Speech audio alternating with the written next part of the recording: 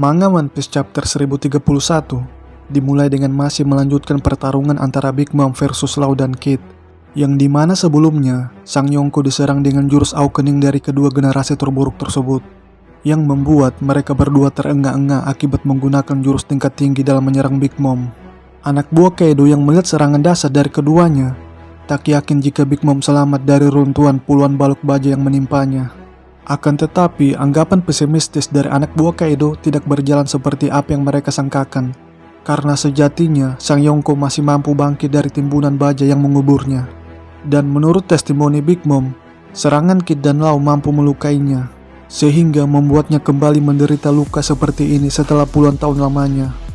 Luka yang dimaksud oleh Big Mom di sini ialah luka pada pertempuran 38 tahun yang lalu di Pulau God Valley, yang mana melibatkan pertarungan kelompok bajak laut Rocks versus aliansi Garp dan Roger. Dari ucapan Big Mom tersebut terdapat petunjuk yang tersirat bahwa serangan yang bisa melukainya selain Hosoku Haki level atas ialah awakening dari buah iblis. Hal itu dapat dilihat dari darah yang keluar dari mulutnya, di mana darah tersebut merupakan darah pertama Big Mom selama pertempuran yang terjadi di Onigashima, yang juga sekaligus menandakan bahwa daya tahan tubuh Big Mom benar-benar luar binasa melebihi para Yonko yang lainnya. Pertanyaannya, apakah Kid dan Law mampu mengalahkan Big Mom? Seperti yang kukatakan pada dua review sebelumnya, saya termasuk orang yang meragukan jika Big Mom kalah di Arc Wano. Karena pada chapter 896, Katakuri sempat bertanya kepada Luffy, apakah kau akan kembali ke sini untuk mengalahkan Big Mom? Mendengar pertanyaan itu, Luffy dengan lantang menjawab, tentu saja. Aku adalah orang yang akan menjadi Raja Bajak Laut. Dan pada chapter 903, Big Mom pernah mengonfirmasikan dirinya sendiri bahwa ia belum pernah kalah secara individu. Bahkan ia mampu berduel 1 lawan 1 dengan Kaido selama 2 hari 2 malam, yang artinya Big Mom merupakan antitesis dari Kaido, yang katanya jika 1 lawan 1 maka Kaido akan menang. Tapi nyatanya tidak sama sekali. Apalagi pada chapter terbaru ini, Sang Yonko memakan nyawanya sendiri, yang tentunya membuatnya semakin membesar dan kuat. Jadi berdasarkan alasan itulah saya meragukan Law dan Kid dapat mengalahkan Big Mom. Sebab yang ditakdirkan oleh Oda untuk mengalahkan Big Mom bukanlah mereka berdua, melainkan Monkey D. Luffy yang akan menjadi orang pertama yang akan mengalahkan Big Mom, seperti mana yang terjadi pada anaknya yaitu Katakuri. Sementara itu di Aula Batu Karang, Ezreal menolak ajakan Appo untuk beraliansi dengan menyerang si Raungan Lautan, dengan dalih untuk balas budi kepada si Tupi Jerami, yang dengan senang hati telah menerimanya sebagai bagian dari pihak pasukan aliansi. Tetapi menurutku, ada 2 alasan lagi mengapa Ezreal menolak untuk beraliansi dengan Appo. Alasan yang kedua, karena Ezreal tahu tentang track record dari Appo yang suka mengkhianati rekan aliansinya. Dan alasan yang ketiga, Appo adalah satu-satunya orang dari kelompok bajak laut binatang buas yang mengetahui bahwa dia adalah mata-mata dari angkatan laut. Jadi sebelum informasi tersebut bocor ke pihak pasukan aliansi, Ezreal harus terlebih dahulu mengeliminasi Appo agar keberadaannya tetap aman dan sentosa selama berada di pihak pasukan aliansi. Di tempat lain, tepatnya di lantai 2, Robin dan Brook lagi melakukan aksi kejar-kejaran dengan para CP0, yang mana mereka mulai bergerak untuk menangkap buronan kelas kakap dari pemerintah dunia, yang diketahui sebagai satu-satunya orang yang dapat membaca batu poneglyph. Kuharap bukan hanya Brook yang melindungi Robin, tetapi juga Jinbe dan Franky. Karena seperti yang dikatakan oleh Robin sendiri, bahwa agen CP0 yang memakai topeng adalah orang yang berada di level yang paling elit di antara anggota yang lainnya.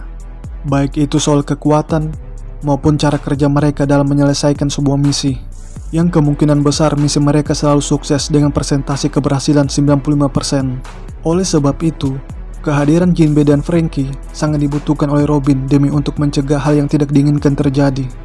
Lalu, panel berpindah ke tempat Sanji, di mana lokasi tersebut merupakan tempat maksiat yang penuh dosa.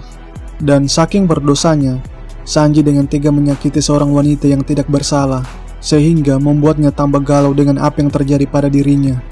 Pertanyaannya, apakah Sanji akan kehilangan perasaannya, mengingat alis Naruto-nya telah berubah ke arah kiri sama seperti saudaranya yang lain? Itu pun berkat rangsangan dari Red Suit yang telah memicu terbukanya segel alis Naruto Sanji yang selama ini terpendam.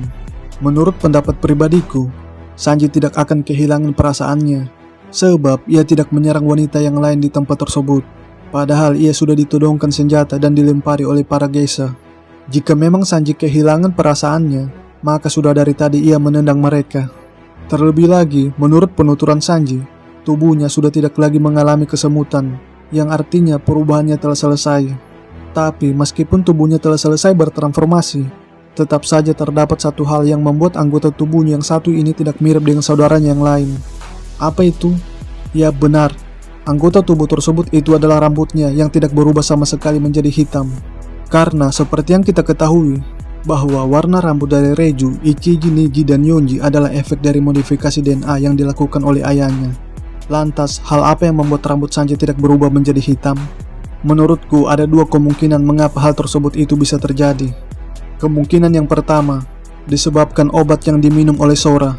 Kemungkinan yang kedua, karena Sanji tidak memakai red suit yang keempat kalinya, hingga membuat efek perubahannya tidak menyeluruh ke seluruh tubuhnya. Jika saja rambutnya berubah menjadi hitam, maka bisa jadi perasaan Sanji akan hilang selamanya. Sanji yang tidak ingin berubah menjadi prajurit Germa seutuhnya, memutuskan untuk menghancurkan alat tempur impian para lelaki tersebut.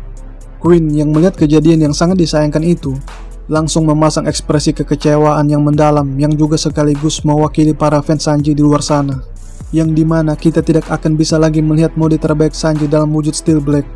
Namun walaupun kita tidak bisa melihat lagi perubahan wujud Steel Black milik Sanji, kita masih bisa tetap melihat salah satu kemampuan spesialnya, yaitu kemampuan menghilang.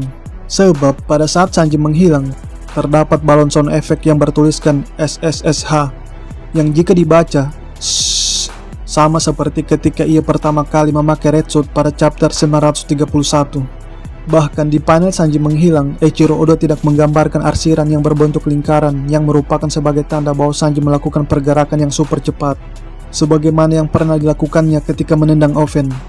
Jadi sudah pasti itu adalah kemampuan menghilang Sanji, yang dibangkitkan melalui red suit milik Germa. Terlebih lagi, kemampuan menghilang Sanji masih sangat dibutuhkan dan berguna bagi kelompok bajak laut Mugiwara.